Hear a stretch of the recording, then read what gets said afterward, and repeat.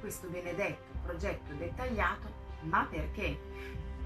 Se mi segui da un po', avrai notato come io insista nel dire che prima di iniziare i lavori di ristrutturazione sia importante aver studiato un progetto dettagliato anche nella scelta dell'arredo.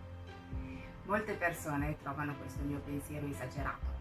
Magari arrivano a comprendere che sia importante scegliere i vari impianti, i materiali e le finiture in fase di progetto, ma fanno molta difficoltà a capire il perché anche dei mobili.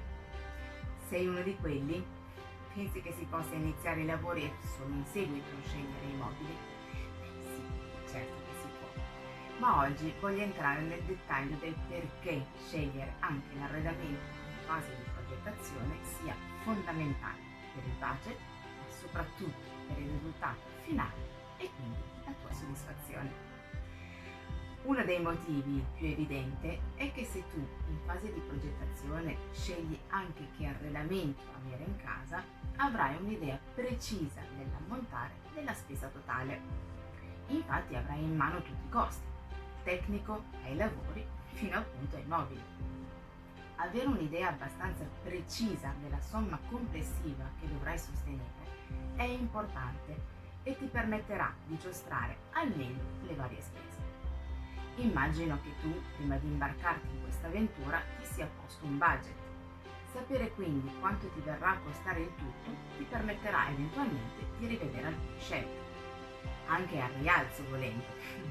Potresti aver rinunciato per esempio ad una bellissima piastrella per timore di sforare il budget, invece di solito in realtà capita il contrario, ovvero si spende quasi tutta la somma preventivata per i lavori e poi ci si deve accontentare per l'arredo.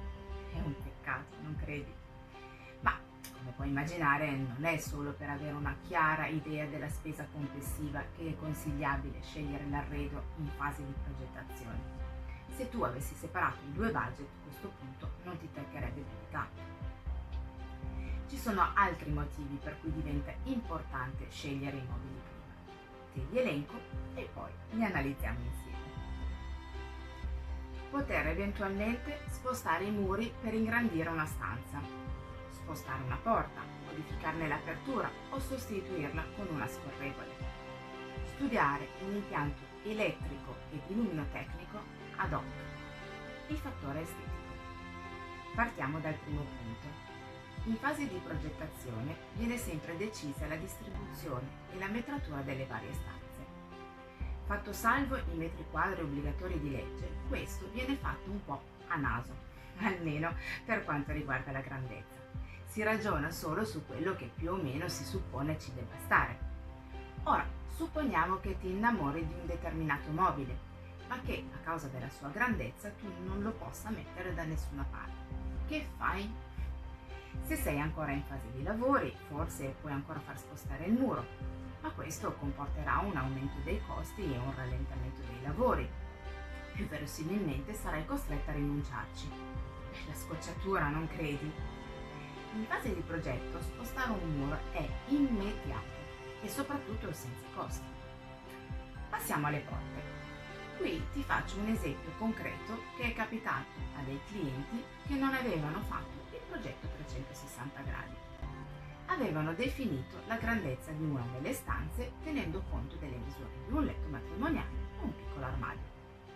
Questa camera aveva due porte, una che portava in bagno e una al corridoio. Quella del bagno è stata progettata come scorrevole esterna, l'altra era battente. I clienti seguono alcune regole del Feng Shui, per cui il letto non deve essere attraversato dalla retta finestra-porta, perché porta via energia. Per questo motivo, i clienti volevano posizionare la testata del letto sulla parete tra la porta del bagno e il muro dove c'era la porta battente. Non è stato possibile. Lo spazio per farci stare il letto era sufficiente, anche se risicato, ma non abbastanza per poter aprire la porta battente.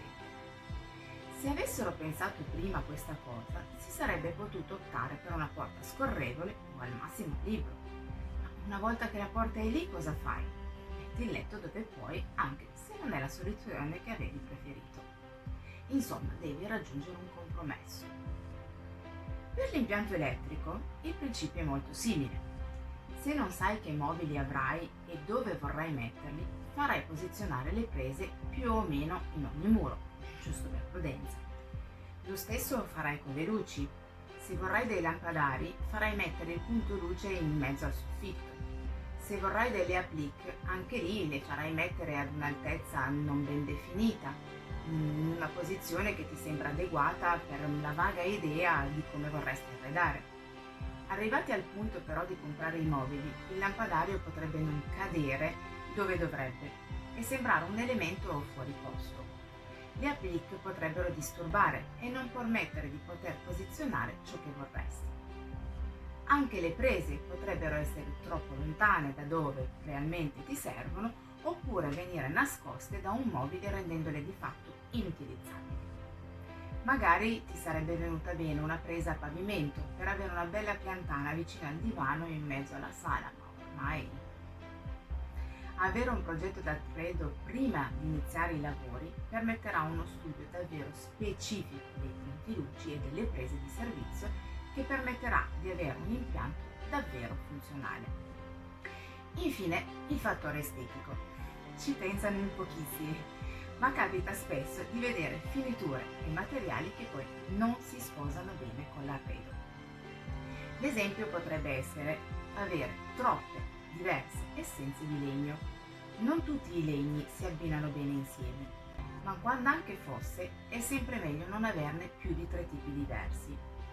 Anche i colori sono importanti. Se scegli un pavimento tendente al rosa, non potrai mettere dei mobili con dei colori tendenti al giallo. Sono 2 colori che insieme non ci azzeccano molto.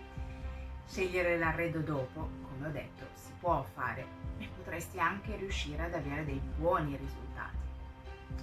Ma visto che stai facendo un grande investimento, sia a livello economico che di tempo, non conviene fare tutto perché il risultato sia davvero wow e cucito su misura per te, dove se proprio devi fare dei compromessi li farai in fase di progetto, dove è tutto modificabile senza costi aggiuntivi e dove puoi ottenere il risultato migliore che ti rappresenta davvero.